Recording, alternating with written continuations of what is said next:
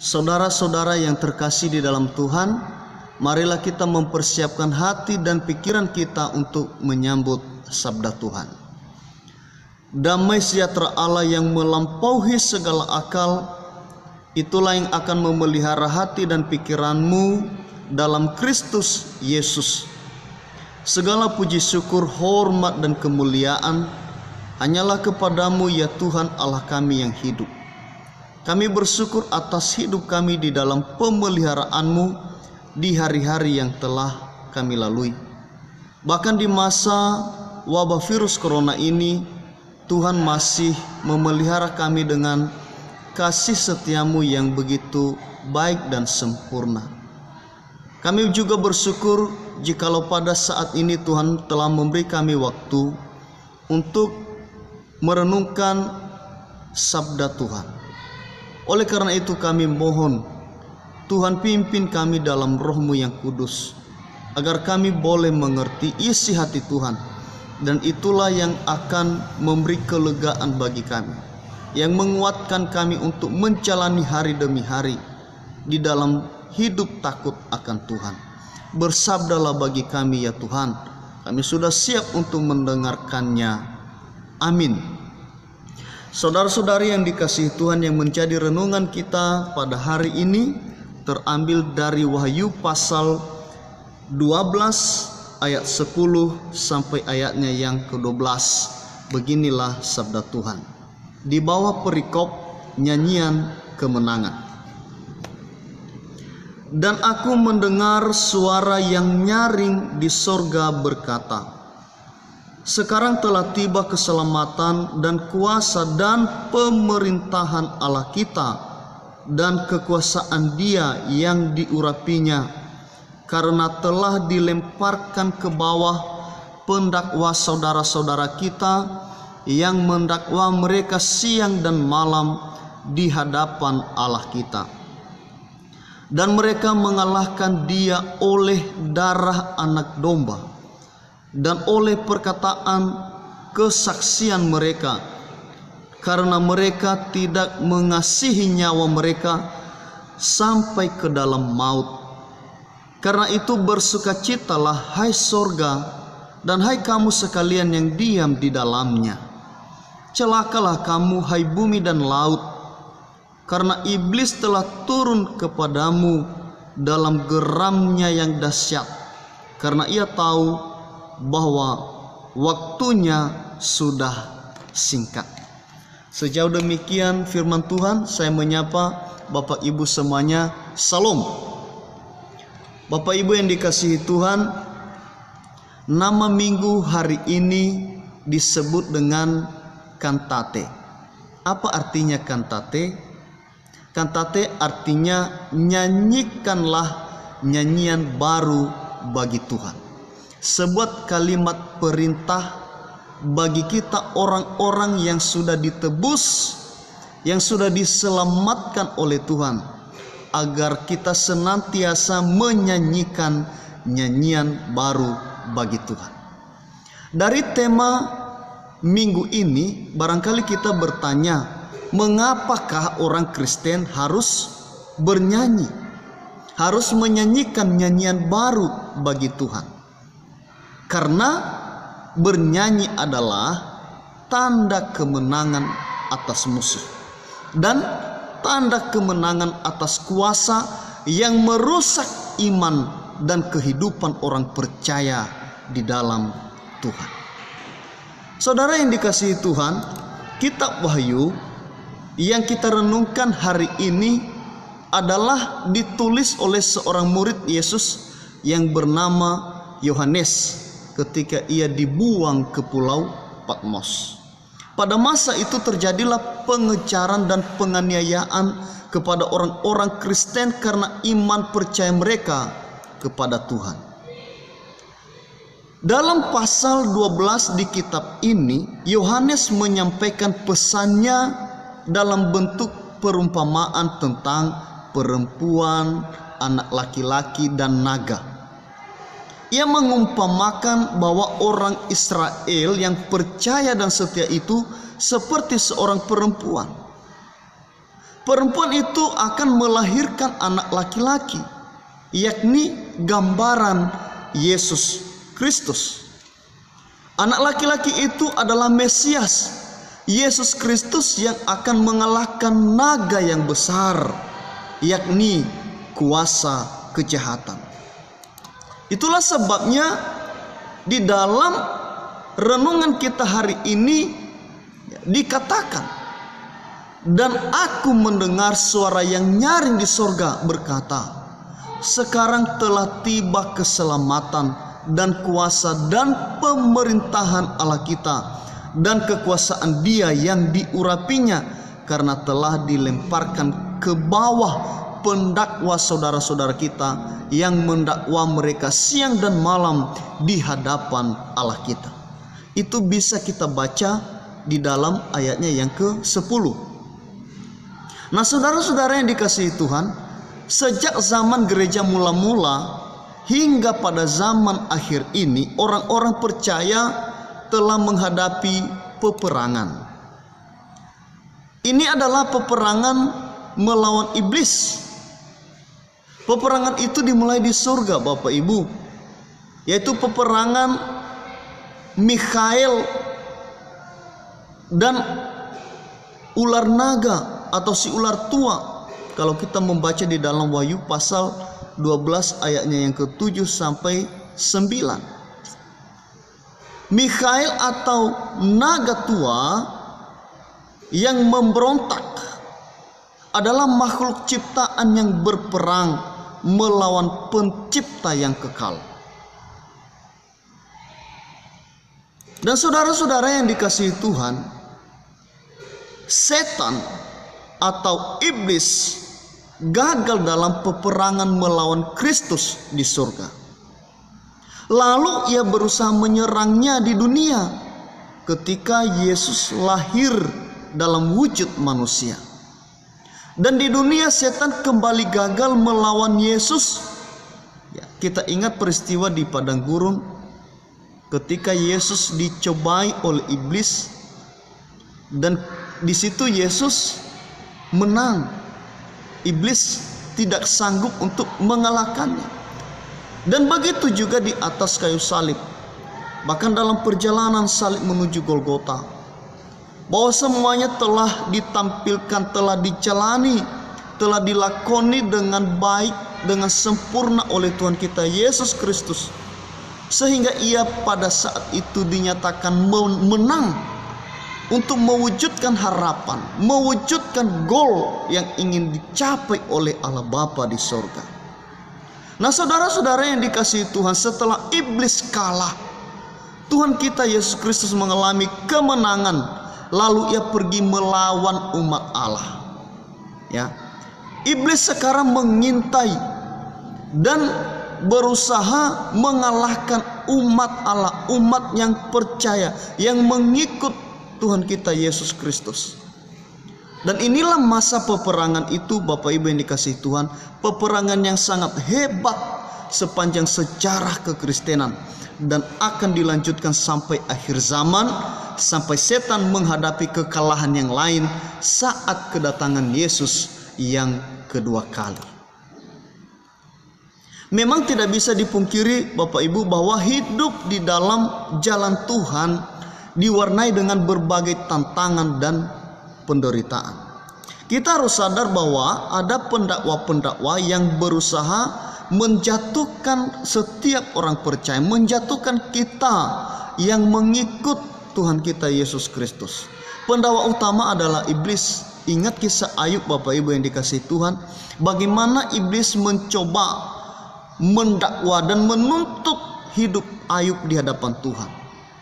Dan ingat bahwa iblis juga bisa memakai sesama kita, orang-orang yang ada di sekitar kita, bisa memakai orang-orang yang selama ini kita kenal baik, dan bisa ia ubah menjadi pendakwa bagi kita. Maka di sini firman Tuhan mengajak kita untuk selalu berhati-hati, untuk mawas diri, dan tentu kita harus memperlengkapi hidup kita dengan perlengkapan-perlengkapan rohani.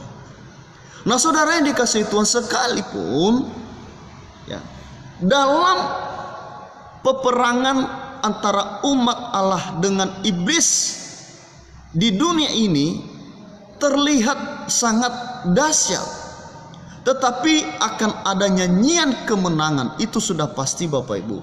Akan ada nyanyian kemenangan dikumandangkan oleh orang-orang yang percaya, yang telah menyelesaikan perjuangan hidup di jalan Tuhan. Di dalam firman Tuhan yang kita baca hari ini, siapakah mereka yang akan menyanyikan nyanyian keselamatan ini? Siapakah mereka yang akan mengumandangkan nyanyian keselamatan ini, Bapak Ibu yang dikasihi Tuhan? Pertama Bapak Ibu, mereka yang percaya kepada darah anak domba Allah. Di dalam ayat yang ke-11 bagian A dikatakan, dan mereka mengalahkan dia oleh darah anak domba.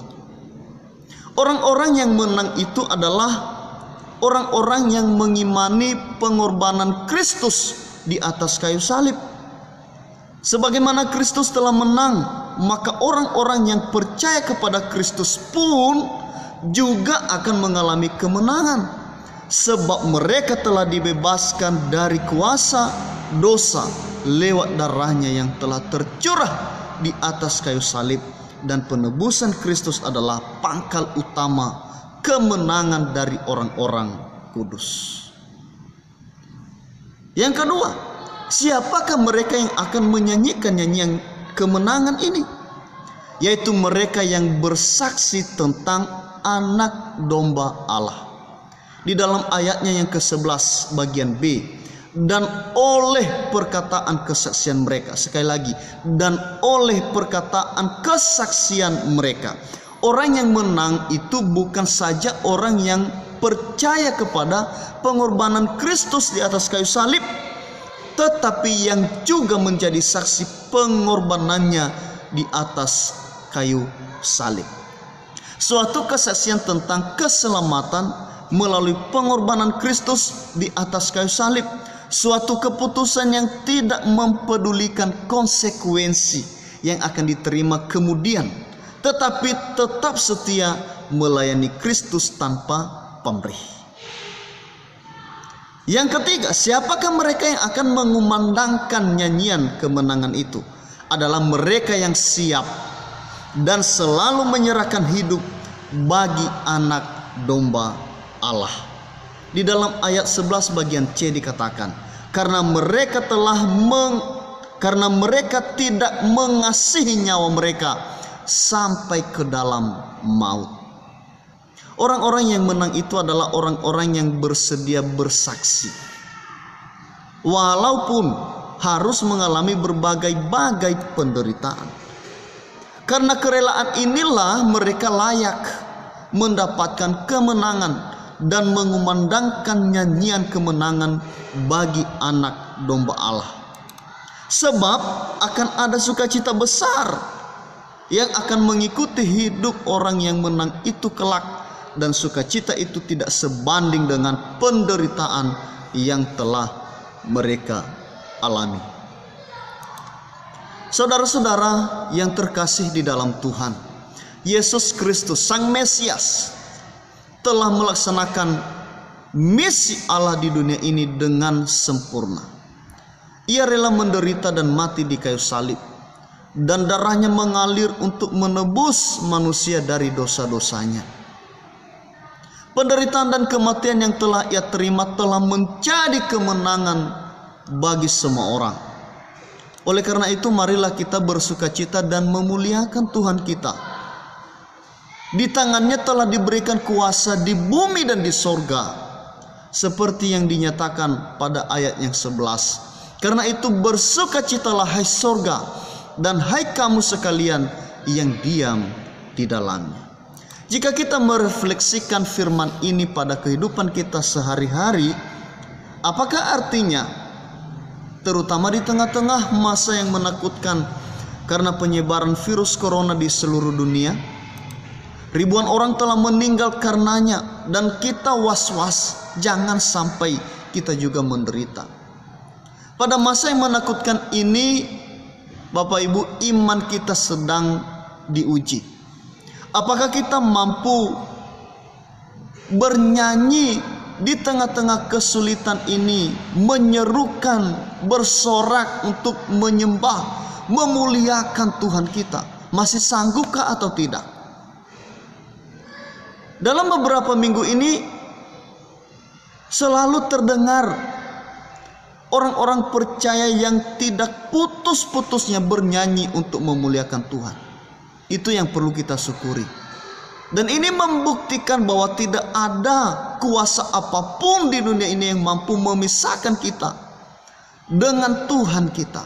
Lihat Bapak Ibu yang dikasihi Tuhan, ya, satu gedung ditutup, satu gedung ya tertutup, tetapi sekarang banyak gedung terbuka menjadi sarana, menjadi tempat untuk menyembah, untuk memuji nama Tuhan kita di surga. Setiap rumah sekarang ini, saya percaya bahwa selalu ada pujian, selalu ada nyanyian hormat bagi Tuhan kita Yesus Kristus. Apa artinya ini Bapak Ibu yang dikasihi Tuhan? Ya. Nyanyian orang percaya adalah tanda bahwa kuasa Tuhan tidak pernah sirna, bahkan terus berjalan di dalam diri setiap orang beriman, sekalipun keadaan seperti berjalan dalam lembah kekelaman, sebab kekuatannya menguatkan kita. Dan ini sudah terbukti Bapak Ibu. Beberapa minggu telah kita lalui, ya, sekali lagi kita seperti berjalan di dalam lembah kekelaman, ketakutan, kecemasan, kegelisahan, ya. Tetapi ada hal yang luar biasa Bapak Ibu yang dikasihi Tuhan. Itu tidak mampu menghalangi kita, itu tidak mampu melemahkan jiwa, semangat kita untuk terus menaikkan hormat dan pujian bagi nama Tuhan. Di mana-mana di setiap rumah, saya percaya bahwa kita selalu berdoa dan bernyanyi bersama dengan keluarga, bersama dengan anak-anak. Ini membuktikan bahwa kuasa Tuhan lebih besar daripada kuasa apapun yang ada di dunia ini. Kuasa virus, kuasa iblis yang hendak menghalangi langkah kita untuk memuji-muji Tuhan, semuanya tidak berdampak bagi kita. Kita selalu ada sukacita dan semangat untuk terus memuliakan Tuhan. Karena kenapa? Sekali lagi, karena kita yang sudah berada di dalam Dia, kita memperoleh kekuatan yang besar. Kita dikuatkan oleh kekuatannya yang telah mengalahkan maut, yang telah mengalahkan kuasa-kuasa yang besar yang ada di dunia ini. Saudara-saudara yang dikasihi Tuhan, nyanyian-nyanyian orang percaya adalah tanda pengharapan. Walaupun kita masih belum menerima kemenangan atas semua pergumulan hidup di dunia ini secara penuh, namun di dalam iman kita yakin bahwa kita telah dan akan terus menerimanya di dalam Tuhan kita Yesus Kristus. Oleh karena itu, teruslah bersorak, teruslah bernyanyi, menaikkan pujian dan hormat bagi Tuhan kita. Ingat sekali lagi, seperti minggu lalu saya katakan, bernyanyi bersorak bagi Tuhan itu, menyanyikan keselamatan bagi Tuhan itu tidak harus berteriak, tidak harus melompat, tetapi dihayati, direnungkan dan diresapi di dalam setiap hati kita. Ada seorang yang bernama Agustinus. Dia adalah bapak gereja. Ya. Ia mengatakan, ia yang bernyanyi dengan baik sama dengan berdoa 2 kali. Bernyanyi 1 kali dengan baik, diresapi, dihayati, direnungkan, sama dengan berdoa 2 kali. Luar biasa Bapak Ibu yang dikasihi Tuhan. Karena memang nyanyian adalah doa yang disusun, disampaikan dengan nada. Apabila dihayati, maka kuasanya akan lebih terasa. Itu yang disampaikan oleh Agustinus, sang bapak gereja. Ya, saudara-saudara yang dikasihi Tuhan, bernyanyi dengan baik bukan berarti kita asal bernyanyi saja. Nyanyian yang baik adalah nyanyian yang dengan sungguh dinyanyikan dan disertai dengan penghayatan yang hidup di hadapan Tuhan. Dengan bernyanyi kita merenungkan apakah hidup kita telah sesuai dengan kehendak Tuhan. Apakah kita sudah mengasihi sesama? Apakah kita sudah mengasihi tanah ciptaan Tuhan ini? Sudah mengasihi tanaman? Dan juga sudah mengasihi hewan dan semua ciptaan-ciptaan Tuhan yang lain yang ada di dunia ini? Segala penyakit seperti virus yang mewabah ini menjadi peringatan pada manusia agar mengoreksi diri. Nyanyian yang baik di hadapan Tuhan bukan hanya nyanyian di mulut dan di lidah saja, namun ia sesungguhnya adalah cara hidup kita. Ya, sekali lagi, nyanyian yang baik di hadapan Tuhan bukan hanya nyanyian di mulut dan di lidah saja, namun ia sesungguhnya adalah cara hidup kita. Nyanyian baru adalah nyanyian yang mengubah cara hidup kita menjadi hidup yang bertobat di hadapan Allah. Sekarang perlu evaluasi, perlu koreksi Bapak Ibu yang dikasihi Tuhan. Seperti apa kita di hari-hari yang telah kita lalui? Biarlah melalui nyanyian rohani, nyanyian syukur, nyanyian penyembahan yang kita nyanyikan setiap saat itu membuat kita mampu merenung dan melihat hari-hari yang telah kita lalui, seperti apa kita sudah hidup di dalam setiap waktu, di dalam setiap kesempatan. Sudahkah kita hidup seturut dengan yang Tuhan kehendaki? Sudahkah kita menunjukkan nilai-nilai kekristenan yang baik dengan memelihara semua apa yang Tuhan ciptakan di dunia ini? Menerima sesama, ya, menghargai, mengasihi sesama kita seperti Tuhan mengasihi kita, atau seperti apa Bapak Ibu yang dikasihi Tuhan? Kita masih bersyukur Bapak Ibu yang dikasihi Tuhan, ya. Orang-orang Nias memang dikenal sebagai orang Kristen yang bernyanyi baik pagi maupun malam hari. Setiap keluarga terus bernyanyi memuliakan Tuhan, dan kiranya nyanyian kita teruskan, ya, nyanyian kita nyanyikan, ya, sebagai ritual ibadah dan juga sebagai cara hidup yang terus membaharui kehidupan kita, sehingga kita memperoleh kehidupan yang berkemenangan. Selamat menyanyikan keselamatan dari Tuhan, selamat bersukacita, selamat bersorak, hadapi hidup, jalani hidup dengan sebaik-baiknya seperti Tuhan kehendaki. Tuhan Yesus memberkati. Sejauh demikian firman Tuhan yang menjadi ayat hafalan bagi kita.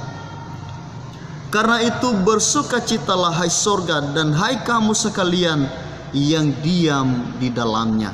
Sekali lagi saya baca dan kita akan bersama-sama. Karena itu bersukacitalah hai sorga dan hai kamu sekalian yang diam di dalamnya. Kita bersama-sama. Karena itu bersukacitalah hai sorga dan hai kamu sekalian yang diam di dalamnya. Wahyu pasal 12 ayatnya yang ke-12 bagian A. Kita berdoa. Terima kasih kebaikanmu yang tidak bisa kami ukur, kasih setiamu yang terus kami nikmati dan rasakan hingga detik ini ya Tuhan. Kami telah merenungkan sabdamu yang menguatkan kami dan mendorong setiap kami agar kami senantiasa hidup di dalam nyanyian hormat dan pujian kepada Tuhan. Karena itulah yang membuat hati kami semakin dekat dan semakin mendekat kepada Tuhan. Dan itu juga yang akan memimpin kami untuk memperoleh pembaharuan hidup yang baik, sehingga hidup kami dari hari ke hari semakin dipulihkan ke dalam harapan Tuhan. Demikianlah doa dan permohonan kami ini hanya kami landaskan di dalam nama Tuhan kami Yesus Kristus. Amin. Noma fodondongoliu, noma fondondongoliu, lo walangi so ayah.